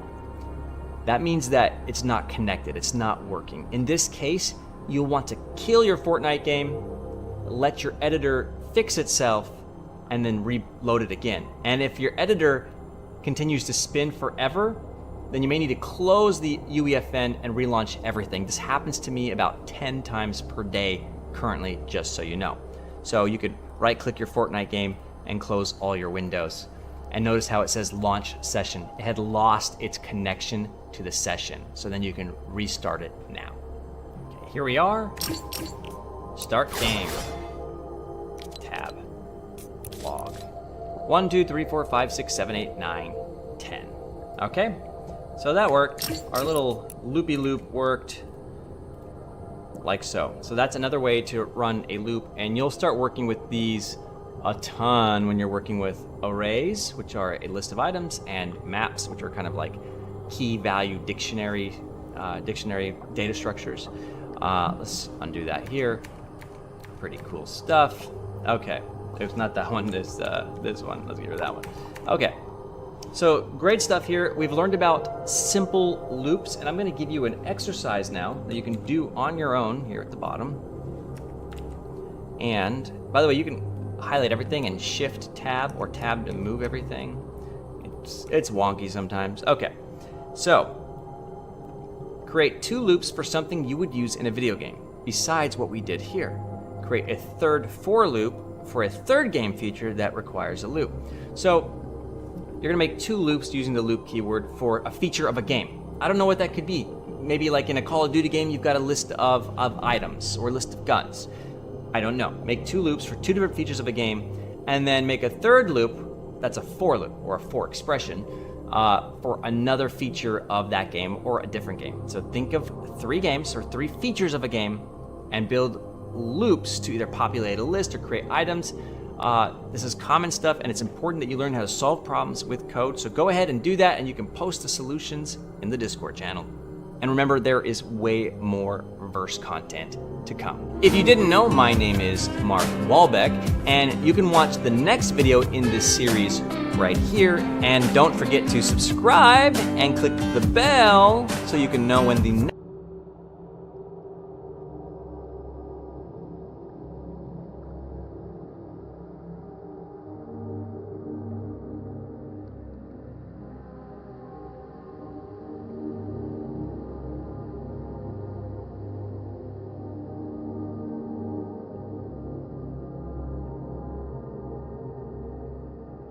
next videos are released.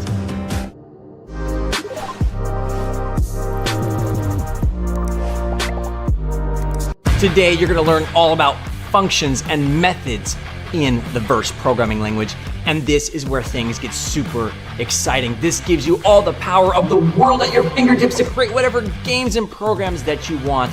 It's all about these functions. Let's dive in. Now remember, this video is based on the previous videos in the series. You will need to know that information to do this one.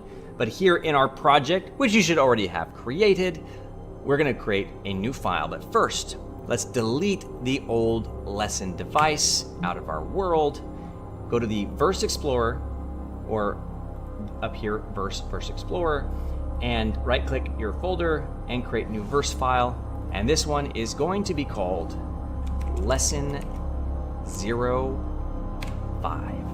Ooh, I'm getting fancy here. Okay, Lesson 05, verse, build verse code, and open up your Visual Studio. If you don't have it open, remember, you can always click this big giant V button right here to do that as well, okay? Close out of this one, and we're gonna go to Lesson 05, functions. Now, in the verse programming language, you're gonna hear the words functions and methods a lot. They're kind of the same thing, a little bit different. Basically, a function is code in a modularized block that can be accessible from anywhere, or rather, it doesn't require an instance of a class. And if all of that sounded like madness to you and you don't understand, that's fine. You don't have to understand it right now. Whereas a method is typically part of a class. It only exists to be called when you have an instance of that class. So you may hear it interchangeably though, and it doesn't really matter, okay? Not at all. All right, and if I say interchangeably, whatever, right? Who cares? Functions. So a function's like a grouping of code. It's like, it helps you to prevent having to do the same thing over and over again. And we talked about the drive principle. Don't repeat yourself. Functions help us to not repeat ourselves, okay? And functions are all about action. So in previous lessons, we were building an RPG game, right? We're gonna do the same thing now. So in an RPG game, you might have things like properties, like say properties like attack, damage, your class, we'll just call this, character class, not to be confused with programming. Character class, you've got your inventory, your hair color, whatever. Those are properties, data. But in an RPG game, we can also do things too, right? Like attack, heal, stuff like that. We can do things. We can walk. We can move around. We can run. You press a button on your controller or keyboard, and it does something. Actions. Functions are our actions. That's the best way to remember them, and we can call them over and over again and again. So I'm going to go ahead and create our very first action called attack enemy, like so. I'm going to put a colon here and the word void and equals. I'm going to press escape, go down one line, and what I'm going to do is type a new keyword which you may not have seen before yet, called block and colon. That says that this is a code block, and I use it to get rid of my squigglies and errors, because if you have squigglies and you start writing other code, it's going to not give you the right information, and some things won't be clickable. So I use the block a lot. Let's talk about what's happening. So I gave it this name, attack enemy, same format as before with variables and constants, Pascal casing, capitals on each letter. The parentheses go after the name, okay? You'll see on this function here written by Epic Games, they've got these little less than greater than signs and the word override in front of it. That's a specifier, which we'll talk about later. And then we've got a colon, okay? And then the word void equals. I know it's a lot to remember, but here's what I want you to understand. This is the name of the function or method that someone else will call, or your other code will call. The parentheses determine what you give to that function, okay? Like for instance, if I go to an auto shop to have my vehicle fixed, okay? I might call that function go to auto shop. What would I be giving the auto shop? My vehicle, my car, my Jeep, okay? So this is where, if I was doing an auto shop function, we'll call it auto repair shop, like so. What would I do in here? Well, this would be my vehicle, okay? So this would be, I would call this my vehicle of type, I'll just say call it my car of type vehicle if I had a vehicle class, which I don't. But that's what I would be giving to the shop, okay? Not all things you give something to, sometimes you go somewhere and you just get something back, or something is operated on. So that's what goes there. The colon is just part of the syntax, and afterwards specifies what you want your method or function to return to whoever called it, okay? Let's see this in action. So attack enemy, we know that we want to attack an enemy. While we're at it, let's create the other functions that I'm thinking about that in our RPG game, right? We want to do things in our code. We want to attack, right? So how about another function called enemy attack player? We've done this before, right? Except we had to write the code over and over and over again. Okay, so I'm going to put another block there, and that's good for now. So we got our two blocks here, attack enemy and enemy attack player.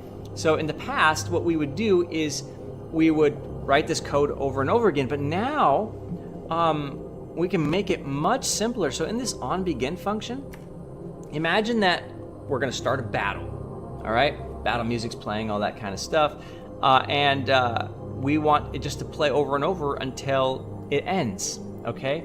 Now, here in our previous lesson, we wrote all of this stuff inside of our giant onBegin function, which, if you get a big game, you're going to initialize players, you're going to find objects, you're going to run math, you're going to rotate things. Do you want a super giant function or method that goes to the end of the file? No, it's going to have lots of potential for bugs and stuff. We need to clean that up don't put all of that stuff in there. We need to modularize it, you know, put it in small little tidbits, okay? And that's what we're gonna do with our functions. Functions also serve as a way to modularize or keep our code clean. So now what we could do is we could actually have a function called start game, like so. Say block here. And then what we can do to call our start game function is just type in the word start game, like that. Now, you may be wondering, Mark, why are you just writing out these functions here, but we're not doing anything with them yet? It's because sometimes as a programmer, I'm trying to solve a problem, right? And so I know that in a game, I might have some properties, okay? In our case here, the properties I actually care about right now are really just gonna be player health and enemy health. Because what I wanna do is I wanna create a system where we use functions to attack instead of just doing it all in that giant code. So I know we're gonna need those properties. I also know that we need to be able to start a game, attack an enemy, and for the enemy to attack the player. Those are actions I know we're gonna need, so I just blocked them out already. I don't know how I'm gonna do it yet, but I know we need to do those things. And because I don't want lots of code in the onBegin function, because that's just called one time, I want a start game function to initialize the actual game. So what I want to do is the players attack each other back and forth over and over and over again, all right?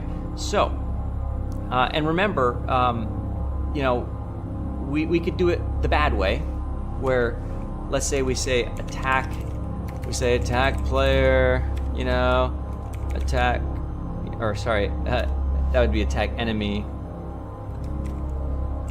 you know, attack enemy, and then, you know, enemy attack player, and we could copy and paste this over and over, right, until the game ends, or put that in a loop. We just don't want to do that, okay? So we're calling our function by saying the function name and calling the parentheses at the end. Sometimes in verse, you'll learn about these later, you will see people calling functions with square braces, and there are certain types of functions that you do have to call with square braces, and that's typically when a function uses the decides specifier like this, where a function could fail, and then you would use the square braces on your function like so. We're not going into that though, okay? That's for later. Keep it simple now.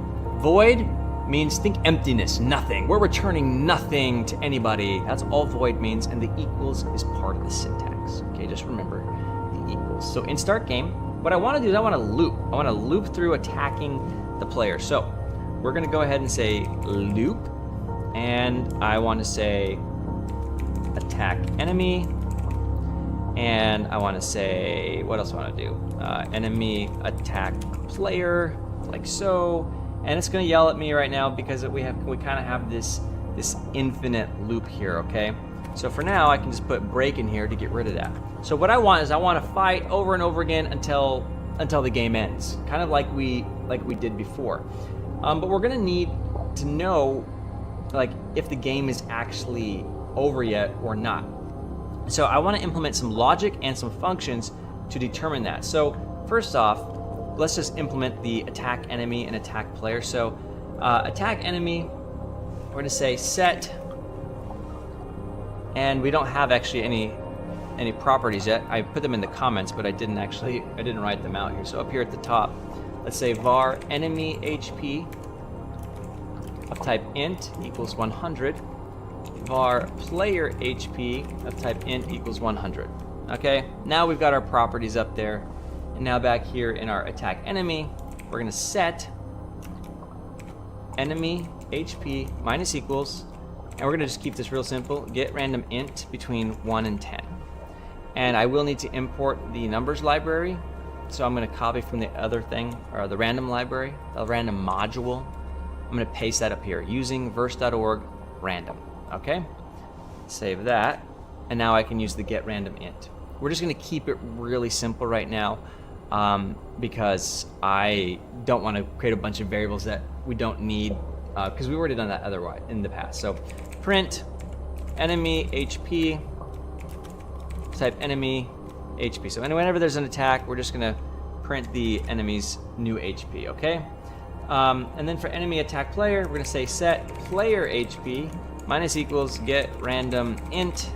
We say between 1 and 10. We'll keep it fair. And then we will say print player HP. And if this bores you because you've seen me type out 100 things 100 times, I'm sorry. It's important for the repetition. I know. You can always speed up the videos as well too, or slow them down.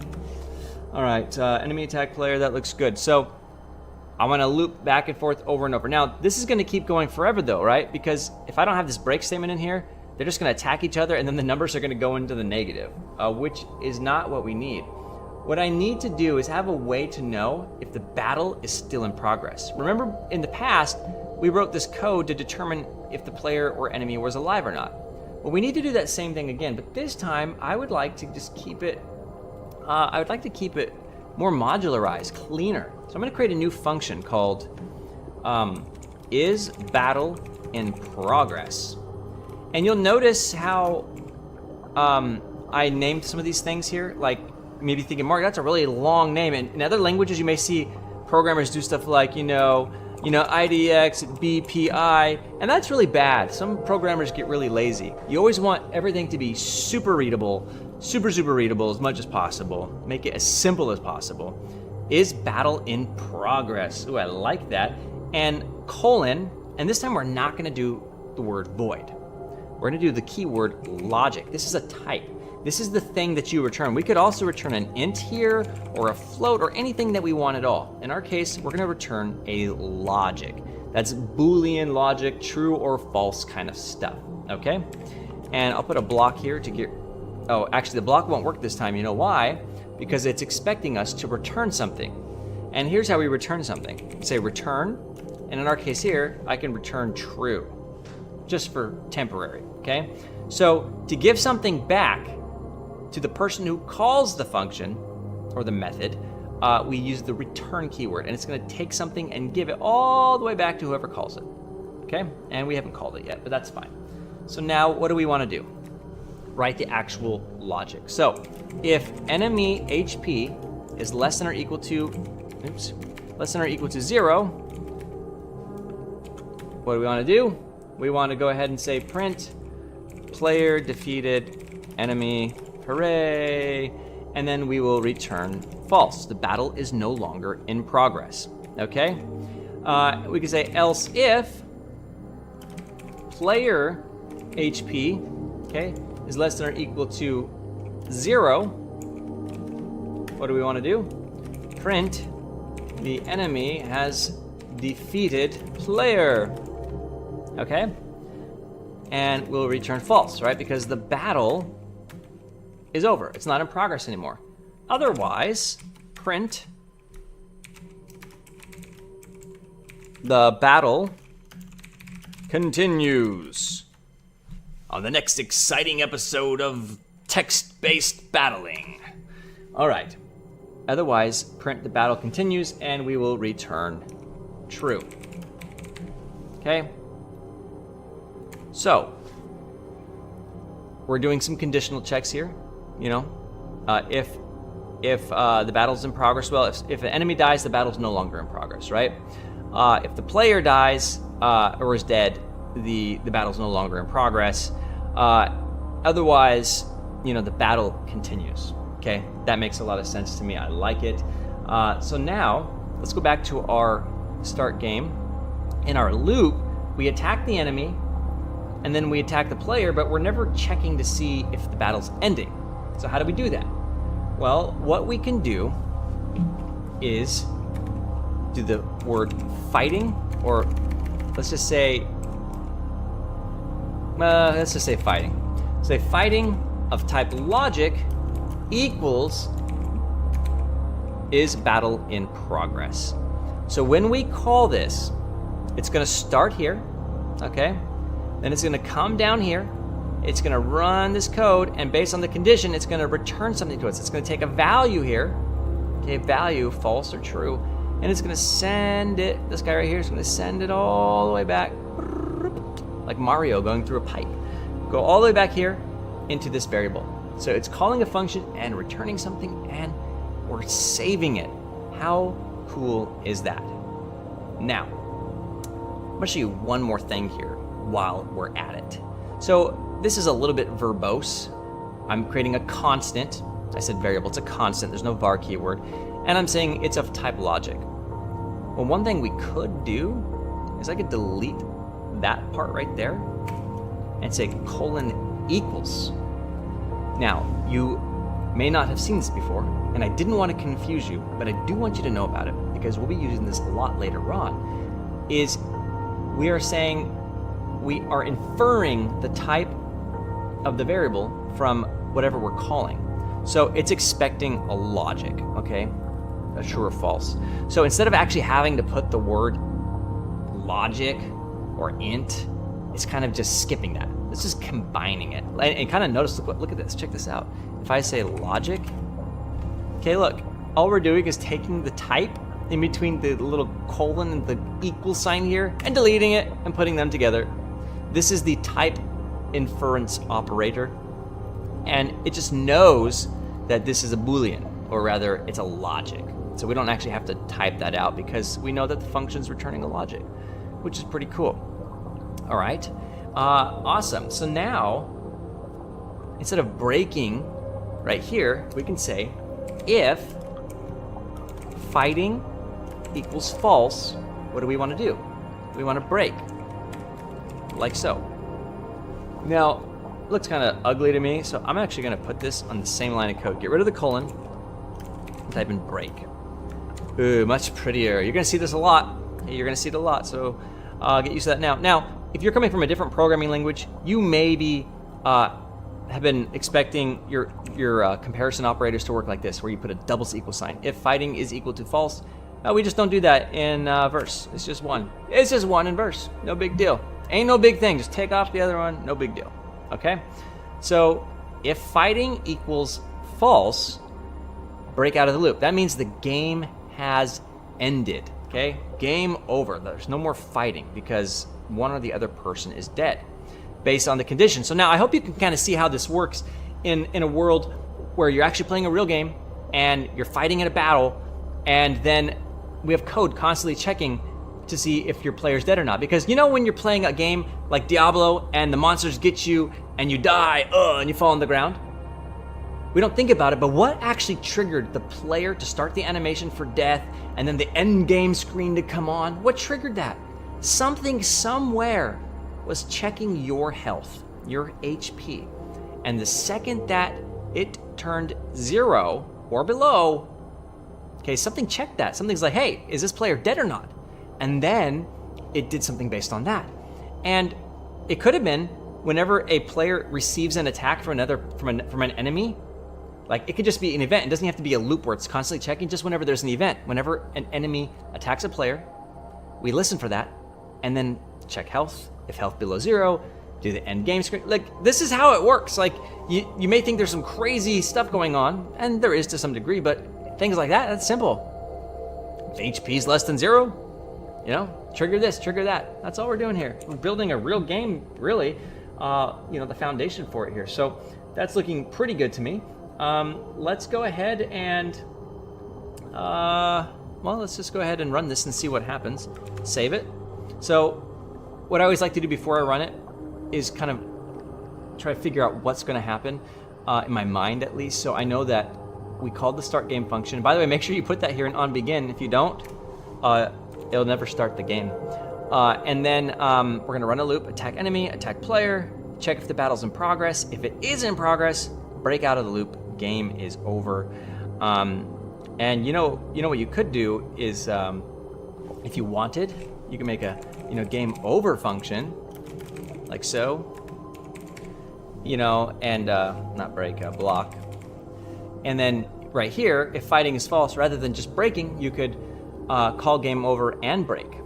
You could do that as well too. And then you could do the things that you want to do at the end of the game. Okay, so I'm going to save this here. I just expect them to attack each other until somebody dies. And I expect those things to print up. Yeah, that's it. That's all I expect.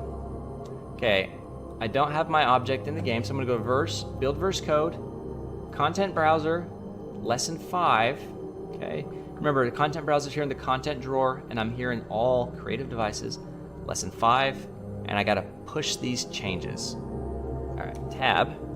So it's running through battle continues, and we've hit that logging issue again, where it's looping through so many times, because look at all these attacks here. So what we'll wanna do is just not log so much. So we just wanna only log the things that are most important to us for right now. So commenting out these ones here. And all I really care about is player defeated enemy, or the enemy has defeated player. If I do the battle continues on here, it may print out too many still, but we'll see. I'm gonna save it and rebuild it here. Build code. Okay, player defeated enemy. So it worked. I saw that pop up on the screen there. That's great. So yeah, functions are pretty awesome. And I wanna show you one more thing with functions to really drive in the idea of being able to receive something back from a function. So let's say that there's an ability for a player to get a health potion. So I'm gonna say generate random health potion. You know how in Diablo, or any RPG game, that when you slay a monster, sometimes they drop random stuff. Sometimes it's rare, sometimes it's legendary, sometimes it's a potion, whatever. So imagine in our case here, we want to generate random potions that come from either crates or monster drops, things like that. So I'm going to return an integer, an int, okay? I'm not using void this time. Don't forget your equals. And then what I'm going to do is say return get random int between 10 and 50. So this is going to return me a random potion between 10 and 50. Okay, I'm going to save that here. And so somewhere else in my code, let's say outside of my game loop, let's say the battle's over and you know, I want to heal my player. I could say set player, you know, like in Zelda, like the princess comes, she's like, the warrior's down and she heals him. Actually, I think that's Elden Ring. In Elden Ring, yeah. Plus equals. So player HP plus equals generate random health potion. But Mark, how can you add a function onto a player health? It doesn't make sense. Well, our player HP is an integer, and all we're doing here is calling the function. We're not storing the function inside of the hit points, the player. We're calling this function, this method, generate random health potion. And what we're doing here is, in this method, we are getting a random integer using that pre-built code that verse built between 10 and 50. And then we're going to take that, so it's going to create it and it's going to return it. So it's like sending it back, and that number, whatever number this is, the random integer, it's an int. That's important. It's giving us an int, the exact thing we want. It's sending it all the way back over here through the pipe. It's going to take the player HP and it's going to add that health potion onto it and shove it back into the player. Okay? So you're going to see this a lot too, where it looks like you're assigning functions into variables, but you're not. You're just getting the data where it says int. Now, like if it didn't return anything, if it said void, you know, that would be really weird to try and store something that's void, and it doesn't even let me do that, right? It's like, what are you trying to do here? You can't just shove nothing into this variable. It has to be of the proper return type, okay? Pretty cool, right? We're returning it there. So that's one way that methods or functions can return stuff that you need for your games and for your logic here. So this is really cool stuff here. We're gonna call this done. I'm gonna give you a little challenge here. Exercise, create 5 different functions you might use in a first-person shooter. 2 of the functions must return something. So think of Fortnite, that's not first person, sorry. Don't think of Fortnite. Think of Call of Duty, Apex Legends, whatever.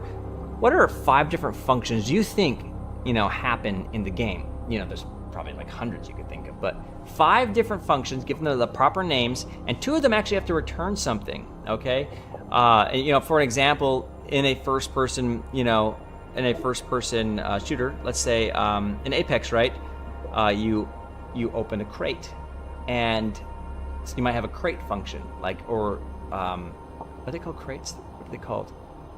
No, that's Call of Duty. Whatever. Who cares? You get the little things, like little triangle walkie things in Apex Legends, and you shoot them, and then they explode with loot. You know, so you could have, you know, on triangle thingy exploded, return item, whatever. You understand what I'm saying? So there's different things in these first-person shooters that happen that you could create functions for. So go ahead and do that. You can post your results in the Discord channel. And yeah, this is really great progress. Give yourself a pat on the back. You're doing amazing things with code, and there's more to come. So stay tuned, and see you next time.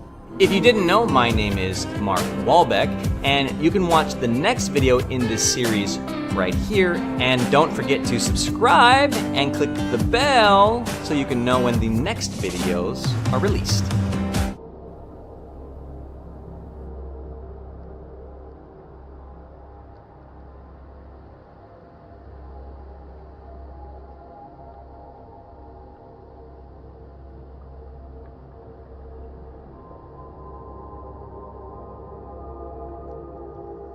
Back to the editor.